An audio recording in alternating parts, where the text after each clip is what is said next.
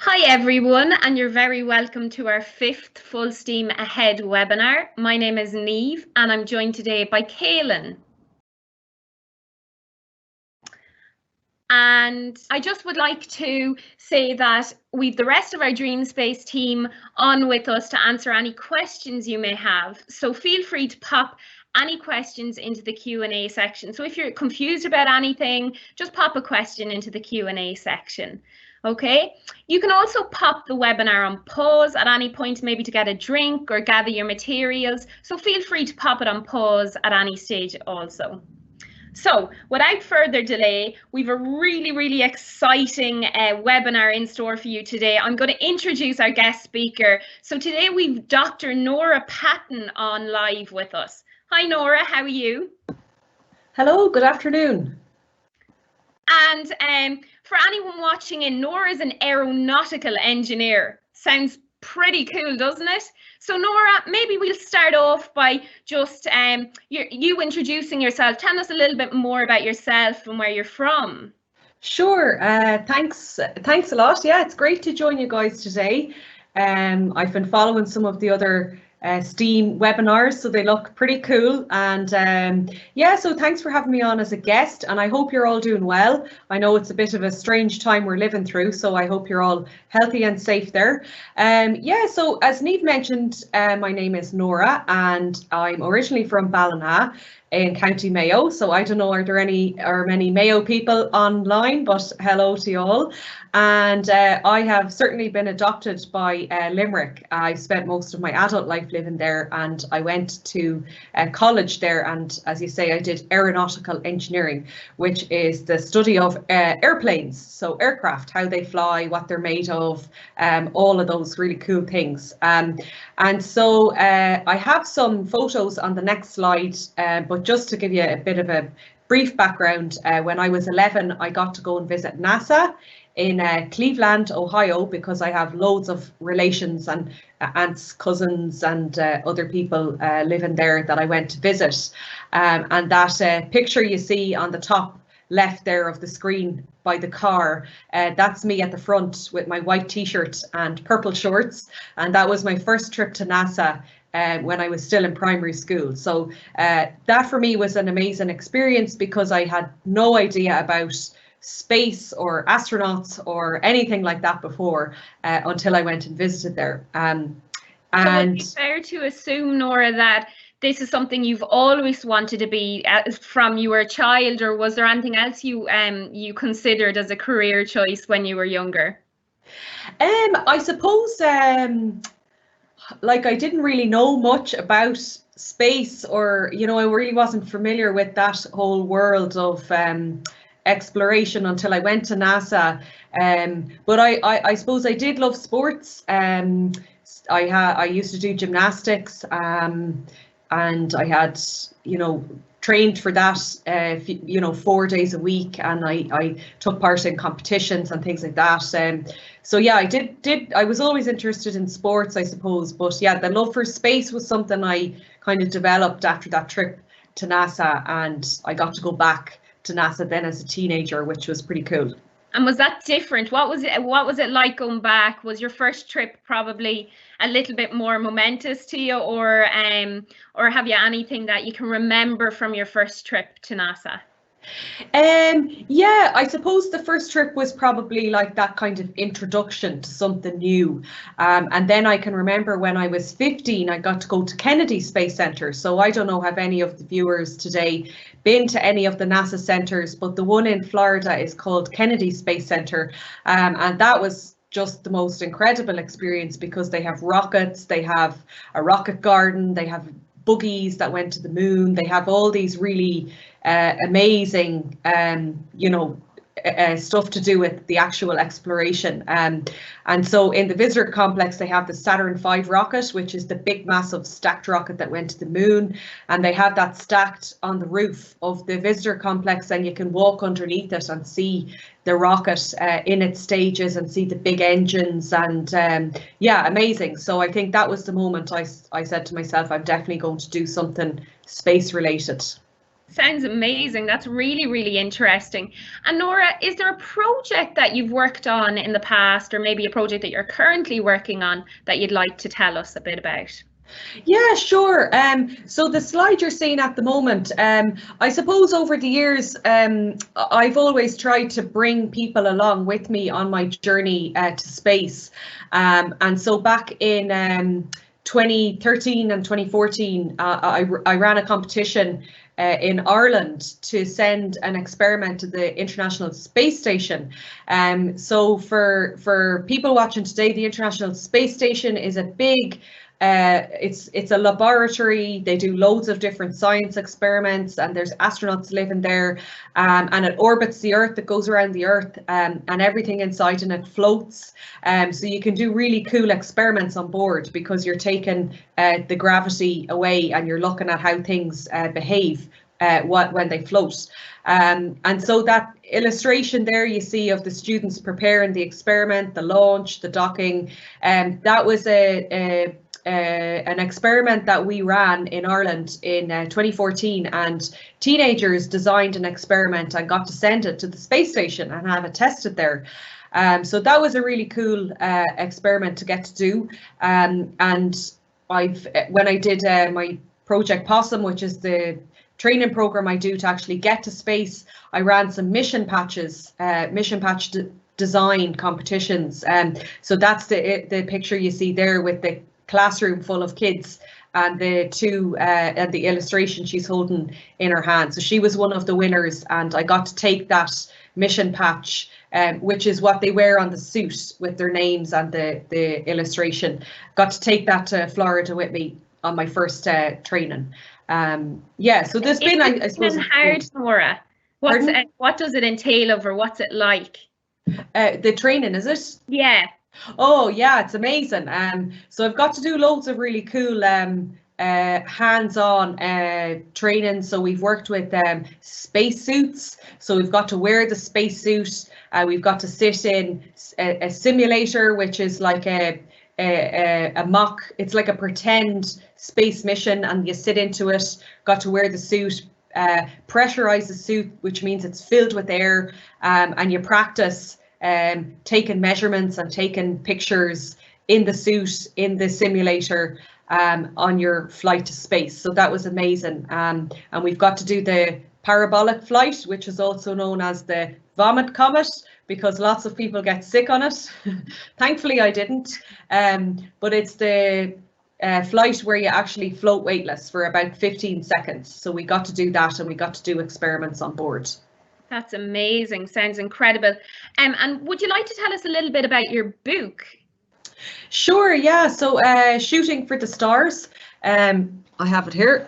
So that's my book that I launched last year with O'Brien Press. Yeah, I suppose there had been such an interest in you know, people wanted to know more about my own journey and how I've managed to kind of pave my way to where I am. And so I met a couple of the people at O'Brien Press, which is the publisher, a few years ago, and they said, we'd love for you to do a book. So it's a book about my journey to space. It's a book about my ambitions and what I've done to try and make that happen. And it's an illustrated book. So it has lots of illustrations and some pictures of my own journey in there. Very good, and thanks a million. So maybe we'll close off by maybe getting a fun fact from you. So something you'd like to tell us, maybe aside from all of the hard work that you do, something else maybe that interests you, or a fun fact about yourself. Yeah, I suppose like some of your previous guests, I loved superheroes. So Superman was probably my favorite when I was growing up, and I had my room absolutely covered in rockets and then Superman pictures. Excellent, thank you so much. And maybe just before we move on, would you like to maybe talk through the pictures that we're currently seeing at the moment? So this was part of some of your training, wasn't it? Yeah, that's right. So just briefly to give the audience a bit of perspective. So I wanted to include, because of what we'll be doing today for their challenge, there's a couple of few images here you see on screen to give a bit of perspective on how difficult it is, I suppose, to get to space and the conditions that they live in up there. So up the top you see my head beside a kind of a little spacecraft, and that's the one that went to the moon, and you can just see how small it is. And three astronauts were in that top little coned bit that went to the moon. And then right beside that you see the 5 engines on the first stage of that rocket. So this was the stacked rocket that went to the moon. So you have this giant rocket and this tiny little spacecraft at the top that took the people to the moon. So you need a lot of energy, a lot of rocket to get to space. And then on the right hand side there's me in my flight suit. That's my possum suit, and behind it is actually Tim Peake. He's a European Space Agency astronaut, and that was the spacecraft he went to this International Space Station on, and 3 people fit inside that spacecraft as well. So you see it's a very tiny spacecraft for 3 people. And then very briefly below that on the bottom left, you see me like this in a kind of container, and that's actually what the inside of the International Space Station looks like. So I got to go and see that at the European Astronaut Centre, and it just gives you a bit of perspective. And you might notice as well, they use all walls. So in space, because everything floats, you can use, there's, you know, which way is up, which way is down, who knows. So you can use what looks there to be the roof, the walls, the floor. You can use all of those to store things and as useful places. Excellent. Well, sounds incredible. Seems like you've had an incredible journey so far. And Nora, you'll be with us for the entire webinar. So anyone watching in, feel free to pop some questions into the Q&A section if you've anything to ask Nora. But now I'm going to pass over to Kaylin, and Kaylin's going to get started on the materials required for today's challenge and the challenge itself. Thanks, Niamh, and thanks, Nora. That was really, really interesting, especially to know that you are now almost like Superman, because by being able to fly. So before we go into our materials, we're going to talk a little bit about what our challenge is. So the name of our challenge today is A Lunar Adventure. Okay, so we're working with the theme of the moon here, and then our other 2 themes are construction and space. So we're going to have to incorporate that creativity that we have been talking about over the past few weeks and link in some of the facts about space that we've learned and engineering to do something really cool. We're going to be creating our very own lunar lander. So a lunar lander is a type of spacecraft that can land on the moon, and it is designed to travel from the orbit of the moon to then land on it. So we are going to do that in our challenge today. But before we get started, we need to go through our materials very quickly. So if you want to put the webinar on pause at the moment, you can, and go and grab the materials that you need, or you can go and check out our Wakelet and you'll be able to download the PDF to see what materials you'll need. Okay, so what do we know about the moon? So a few weeks ago, we spoke about satellites and how satellites orbit Earth. Well, the moon is actually a natural satellite which orbits and travels around the moon. And it takes the moon about 27 days to get the full way around Earth. Okay, and our moon, a lot of people think when you look up in the sky, our moon looks really, really tiny, but our moon is actually the 5th largest moon in our solar system. Okay, so that means that it's quite big. And the biggest moon is the moon, one of the moons that orbit Jupiter. So that is the biggest moon, and ours is only the 5th largest. So you can imagine what you'd be able to see in the sky if you were able to see that moon. And a fun fact that I found really, really interesting when I was researching this was, in cartoons and in movies, you sometimes see shadows on the moon or little holes similar to our icon here. And they are craters that are created by asteroids and comets crashing into the surface of the moon. So all of these different materials crash into the moon and they leave these holes or gaps in the surface of the moon. And they're the shadows that we can see.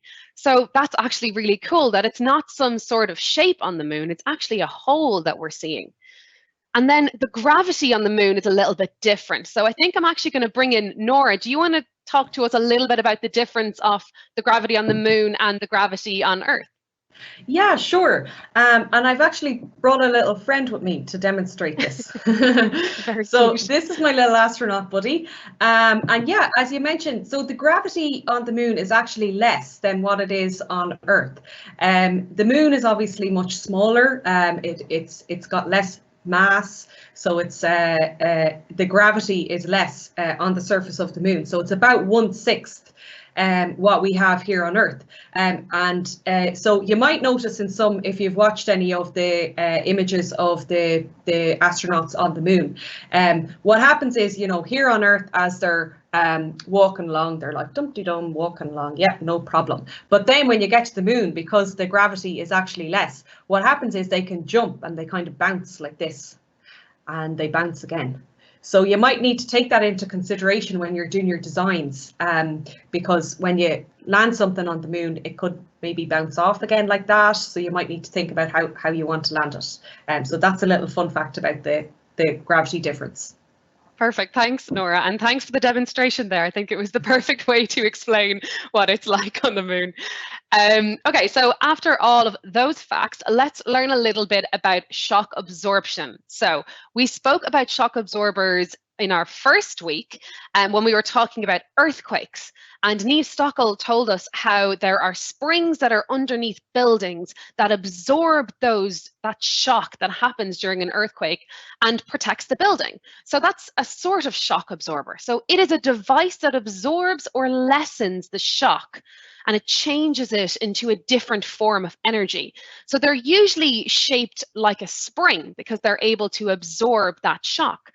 So we're going to have to keep that in our minds today when we are designing our lunar lander, because it will be landing on the moon. Let's have a look at a little diagram. So this is a little diagram of a lunar lander. And you can see here that at the bottom, there are little pipes on the legs, and they would be what would absorb the shock. So when it lands, they would almost move and bounce like a spring so that the actual craft where the astronauts would be wouldn't get damaged. Then at the bottom, you can see that there are these little plates. So the first people who ever landed on the moon, so Neil Armstrong, when they were landing on the moon, they didn't know what type of surface was on the moon. They didn't know if it was going to be hard, like rock, or if it was going to be soft. So they needed to add a bottom to their lunar lander that would be able to sit on both types of type of material. So they created these ones here, which was able to sit on top of the moon. And actually the moon is made of dust, as the top of the surface of the moon has loads of dust on it. So if they hadn't had these plates, their lunar lander could have continued going down and pushed into it, just like in sand. If you ever stick a stick into sand, it would just continue sinking down. So let's keep that in mind when we're going through our challenge today as well. Okay. So what is our challenge? So our challenge is to plan and construct your very own lunar lander to keep your astronauts safe as they land on the moon, and be as creative as you can be. So please do keep this in mind. Create your own design with the materials you have before looking at our challenge, because I was not as creative as I could have been for our one today. So I want you to design it and make it look a lot cooler than mine. So a few things I want you to think about before starting your challenge is, what kind of shock absorber could we make? Okay, so with the materials that we have, how could we turn one of these into some sort of a shock absorber? What are the materials made from? Could this affect it? Okay, so could using a stronger material be better than using a weaker material, or a heavier material in comparison to a lighter one? And how can we make sure that the lander doesn't tip over as it falls? Okay, so that's talking about balance there, which we have spoken about before in our webinars. So keep that in mind. Okay, so we're going to get started on our challenge now, and let's see how we get on with the making of our lunar lander today. So for our Lunar Lander Challenge today, I have my cups, I have some mini marshmallows, I have my straws, some tape, scissors, and paper and card over here. I don't have any big marshmallows or cotton balls, so instead of using them, what I have done is I have rolled up a little piece of paper and stuck on a little picture of an astronaut, because those materials are meant to be our little astronauts that are inside of our space lander. So I'm going to make another little one right now.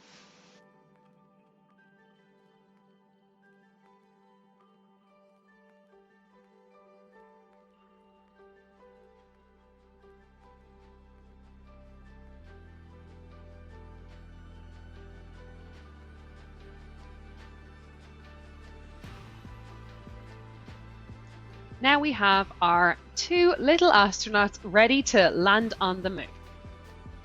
The next thing we have to do is create some sort of a room or pod for our astronauts to be in. Okay, so we have our cups over here. So I'm going to use one of our cups and see if our two astronauts fit in there, and they do. And then I'm going to take my card. I'm going to take one sheet off. And I'm going to cut this card into a smaller little section here and then stick my cup on top.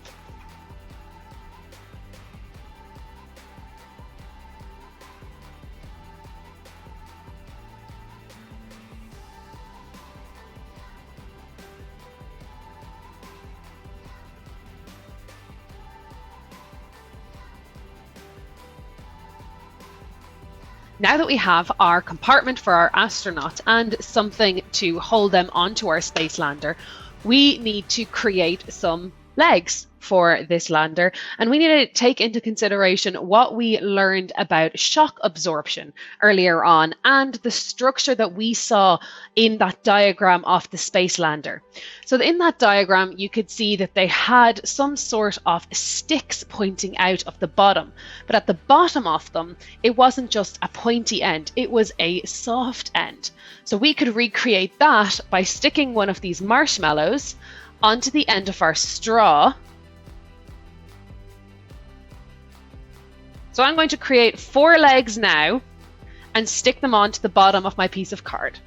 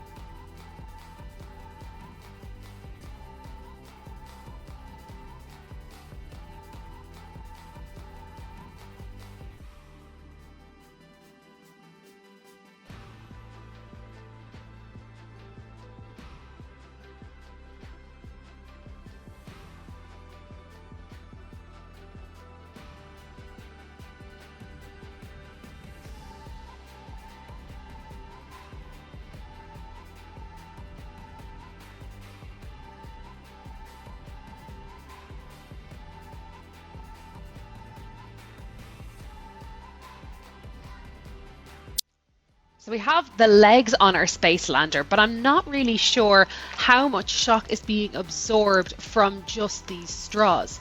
We learned earlier on that springs can absorb that force. So why don't we fold up some of our card and see if that could help absorb some of that force that is occurring when the lander lands on the moon.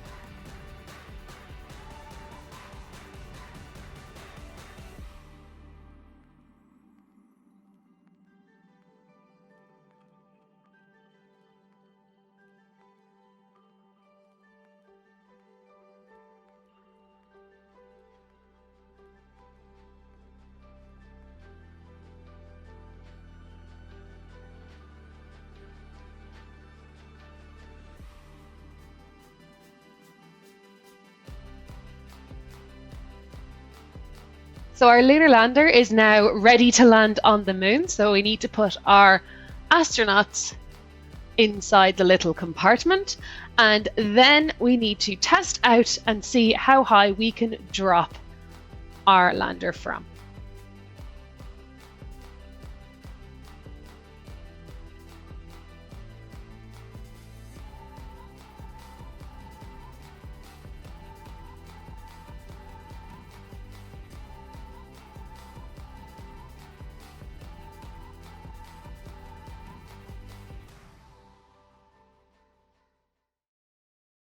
Okay, so that was our challenge, and you could see there that our lunar lander wasn't that successful.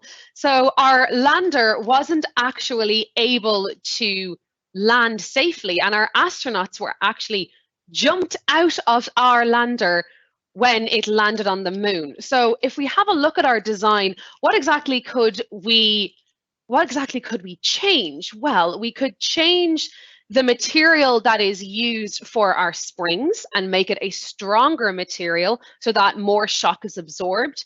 We could also cut our straws down maybe to make it so that our springs absorb more of the shock before our straws. So there's a number of things that we could change. And your challenge at home is going to be, which Niamh is going to explain in a second, is to try and get yours to work so that your little astronauts that we made doesn't fall out of your lander. Okay, but before we get on to that, we've been looking through the Q&A and we're going to see if we've any questions for Nora. So Nora, the first thing is, what did you think of the challenge and how do you think it relates to a real life lunar lander? You're on mute there, Nora. Thanks. Sorry about that. Yeah, great job. Yeah, I did a program years ago on landers, and it's amazing actually, because depending on whether you're landing on the moon or on Mars or on, you know, whatever it is, you have to design the lander specifically for that. Because if you think about the moon, there's no atmosphere, so there's nothing to break your entry. So be as creative as you can be with it. There's, you know what I mean, there's no right or wrong. Be creative with it and think how you would like your lander to keep your astronauts safe. Brilliant, thank you. So we have a question here and it's saying, what does zero gravity feel like, or that feeling that you get on the moon? Yeah, so there is gravity on the moon, so it's just less than what it is on Earth. So that's why your little, you know, our astronaut isn't going to bounce and float away into space. So on the moon there is gravity. There's it's just 1/6, so it's less than what it is on Earth. But I did the flights where it's microgravity, so you're weightless. It's amazing. It was one of the most incredible experiences that I've had. We had experiments with us and they literally float in front of your eyes, and we had to do things with the experiment. So amazing to get to experience that and float weightless. It was really cool. That sounds really, really cool. I wish I could go and do that right now. Me too. So who was your biggest inspiration to get so involved in space and everything that you do? Yeah, I get asked this a lot. I suppose like growing up, there wasn't really much visibility of role models, which I think it's really nice now. You know, there's lots of visibility of different people in different careers, which is great. For me, I would say Eileen Collins, and I got to meet her in 2006 in Ireland when she was here to launch a program. And she's amazing. She was the first female space shuttle pilot and commander, and she was a lovely lady. Her father's side is actually from County Cork, so she has Irish in her blood, which is super cool. But yeah, she's amazing. I'd love to meet her again in the near future. Wow, that's really cool. Thanks, Nora. So we're going to have to move on just for time. So we're going to move on. Niamh, if you take over there and you want to tell us a little bit of what we learned today and our home challenge. Perfect, thank you. Okay, so we got loads covered today. Okay, so we learned loads of facts about the moon. We learned that gravity differs on the moon as opposed to on Earth. We learned all about shock absorption, and finally we learned how to build our own lunar lander. So we got loads covered today. So now I'm going to assign one of your home challenges, and I emphasize one because we've more than one. Okay, so I'm going to go through our first one, and then I'm going to introduce Nora, and Nora has a very special home challenge for us to do as well this week. So we're going to be kept busy this week with our home challenges. Okay, so for our first home challenge, we want you to plan and construct your very own lunar lander. Okay, and then we want you to construct some sort of a parachute in order for your lunar lander to land safely, or more safe, hopefully. And finally, for this home challenge, we want you to put some passengers in your lunar lander, just like Kaylin did. So maybe perhaps hard boil some eggs, and you can use them as your passengers. And obviously you want your passengers to arrive safe and sound on the moon and back from the moon. So test it out, and maybe there might be an accident or two, a cracked egg. So don't worry, you might have to test it out a couple of times before you get a proper lunar lander that safely brings your cargo to the moon and back. But that's the whole point of the challenge. So now I'm going to introduce Nora, and Nora, would you explain your home challenge for everybody watching in today? Yeah, sure, I'd love to. So this is an activity and a challenge that I have run in different schools over the last few years, and it's a lunar habitat design. So you might remember at the very beginning I showed some of the pictures of the rockets, the spacecraft that the astronauts go in, and also that image of the inside of the space station and what it looks like. So today, in addition to your other challenges, I'm going to add in this one of designing your very own lunar habitat. So for this, we really want you to be as creative as you possibly can. It's going to be up to you guys to decide on the design of it, and some fun facts now about the moon. So think about that design and why you're going to design it like that, and what types of materials do you want to use for that design. Think about your crew. So this is an interesting one in terms of on your trip to the moon, who are you going to bring with you? And entertainment in the habitat. So if you're going to live there for a few months or a few years or whatever that might be, how are you going to entertain yourself? Emergency situations. So in your house, you can go out the front door or go out whatever door to get out. And think about your lunar habitat and emergency situations. How would you get out? And also, if you're going to be there for a few months, it's like going on a camping trip for a few months. You're going to have to take your food with you. So what kind of food would you bring? You're obviously going to want tinned foods and different things like that last a long time, and other things that you might want to bring from Earth with you for this lunar habitat. And this is these are some great examples, and you can see you can be as creative as you want, as colorful as you want. You can really use things from your house, like materials from your house, like the inside of toilet rolls or kitchen rolls for tubes, old boxes that you don't need for other things. Other students had added in aliens that they had from other packs or other figurines. You might have some like mini astronauts like this that you could add in. Be as creative as you want. You can design rooms for experiments that you want to do, rooms for working out. So exercise is obviously important in space. All of those kind of things. It's completely up to you in terms of what you want to put in your lunar habitat, and you can build it if you want like that.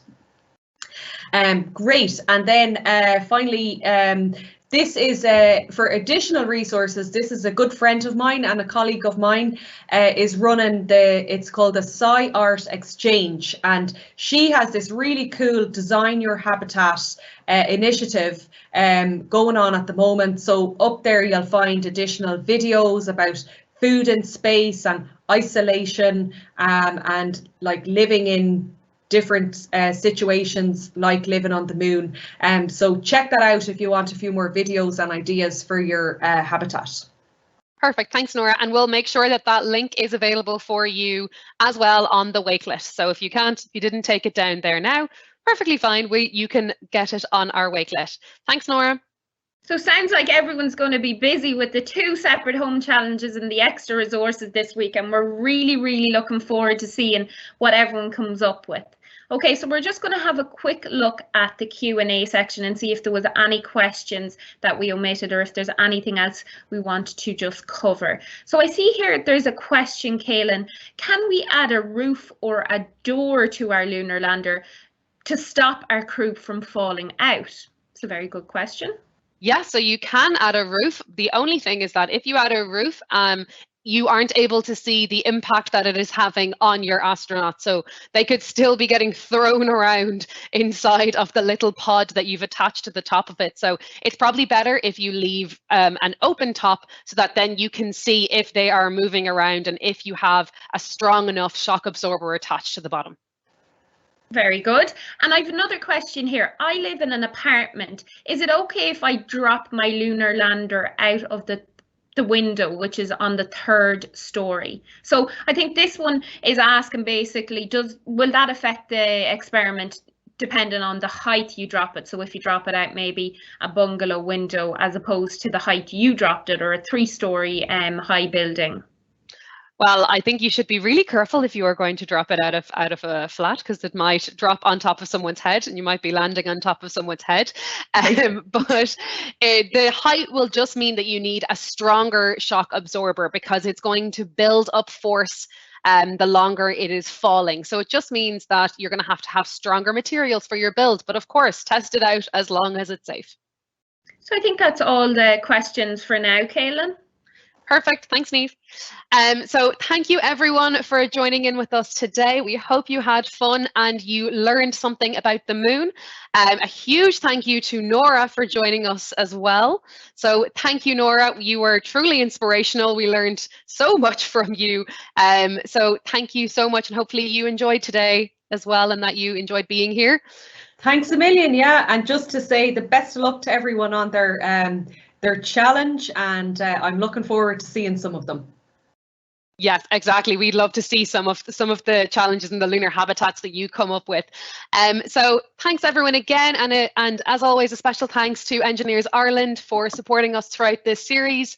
And if you want to check out any of the home challenges or the link that Nora was talking about earlier on, you can find it on our Wakelet, which the link is on the screen now. So thanks, and see you next week. Bye. Bye, everyone.